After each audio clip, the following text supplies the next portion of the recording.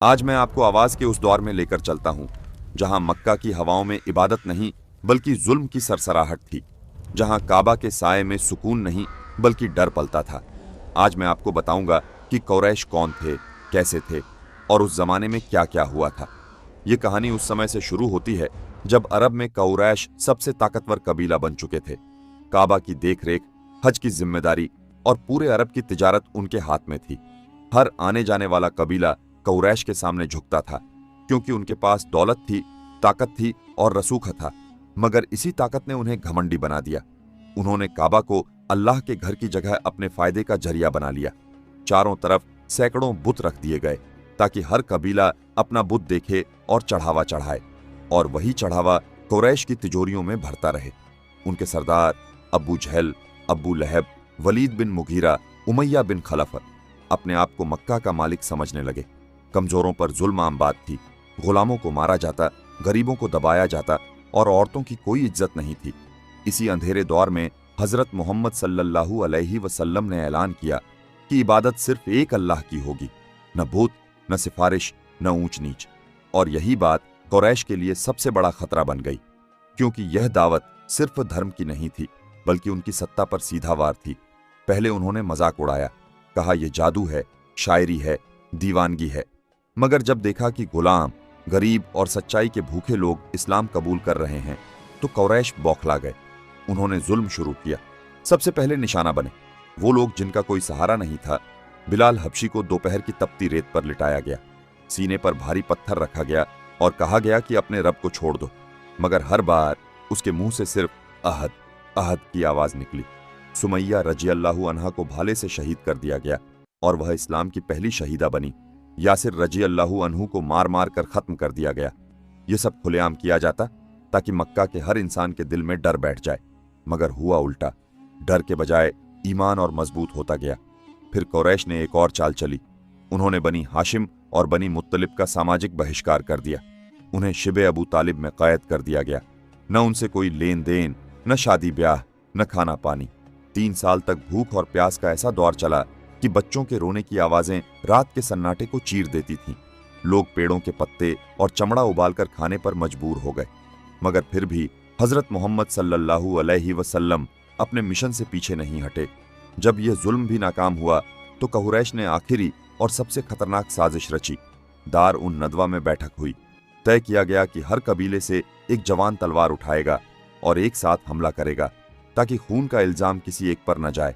मगर उसी रात अल्लाह ने अपने नबी हजरत मोहम्मद सल्लल्लाहु अलैहि वसल्लम को हिफाजत में निकाल लिया और यहीं से शुरू हुई हिजरत मक्का से मदीना, जहां जुल्म अपने चरम पर है और हक एक नई जमीन की तरफ बढ़ रहा है।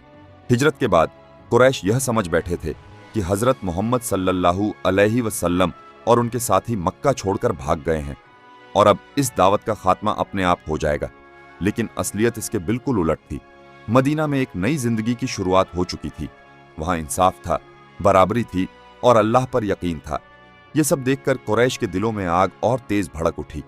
उन्हें डर लगने लगा कि अगर यह पैगाम फैल गया तो उनकी सरदारी, उनका कारोबार और उनका झूठा मजहब सब मिट्टी में मिल जाएगा। इसलिए उन्होंने तय किया कि अब लड़ाई खुलकर होगी।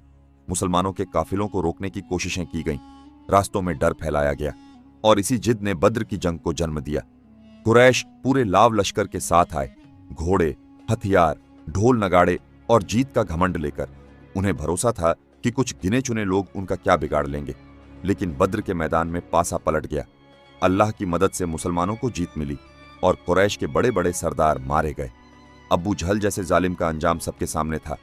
यह हार सिर्फ जंग की नहीं थी बल्कि कुरैश के घमंड की पहली बड़ी मौत थी।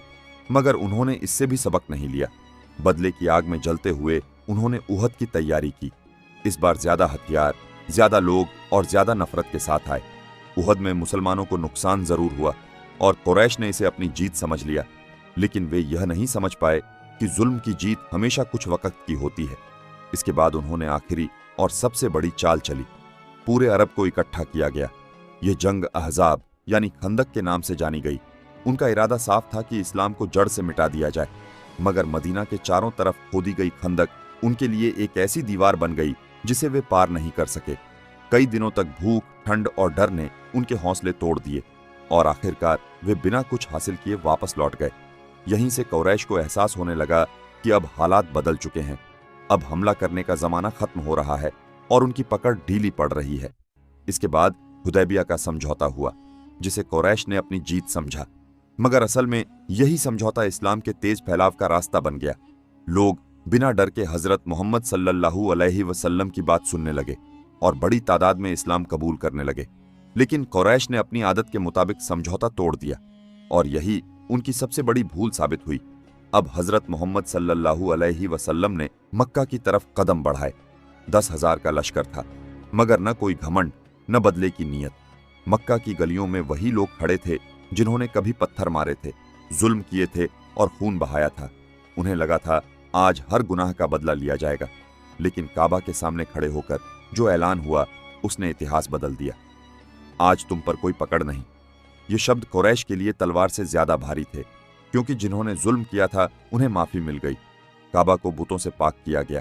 तौहीद की आवाज फिर से बुलंद हुई और वही कुरैश जो अपने आप को मक्का का मालिक समझते थे, सच के सामने झुक गए। बहुत से लोग इस्लाम में दाखिल हुए, कुछ शर्म से झुक गए और कुछ ने दिल से तौबा की। और यहीं आकर कुरैश की कहानी अपने अंजाम को पहुंचती है। एक ऐसी कौम जिसने ताकत, दौलत और घमंड को सब कुछ समझ लिया था, मगर आखिरकार यह साबित हो गया कि जुल्म चाहे कितना भी बड़ा क्यों ना हो, सच्चाई के सामने टिक नहीं सकता। और इतिहास कुरैश को इसीलिए याद रखता है, इबरत के लिए।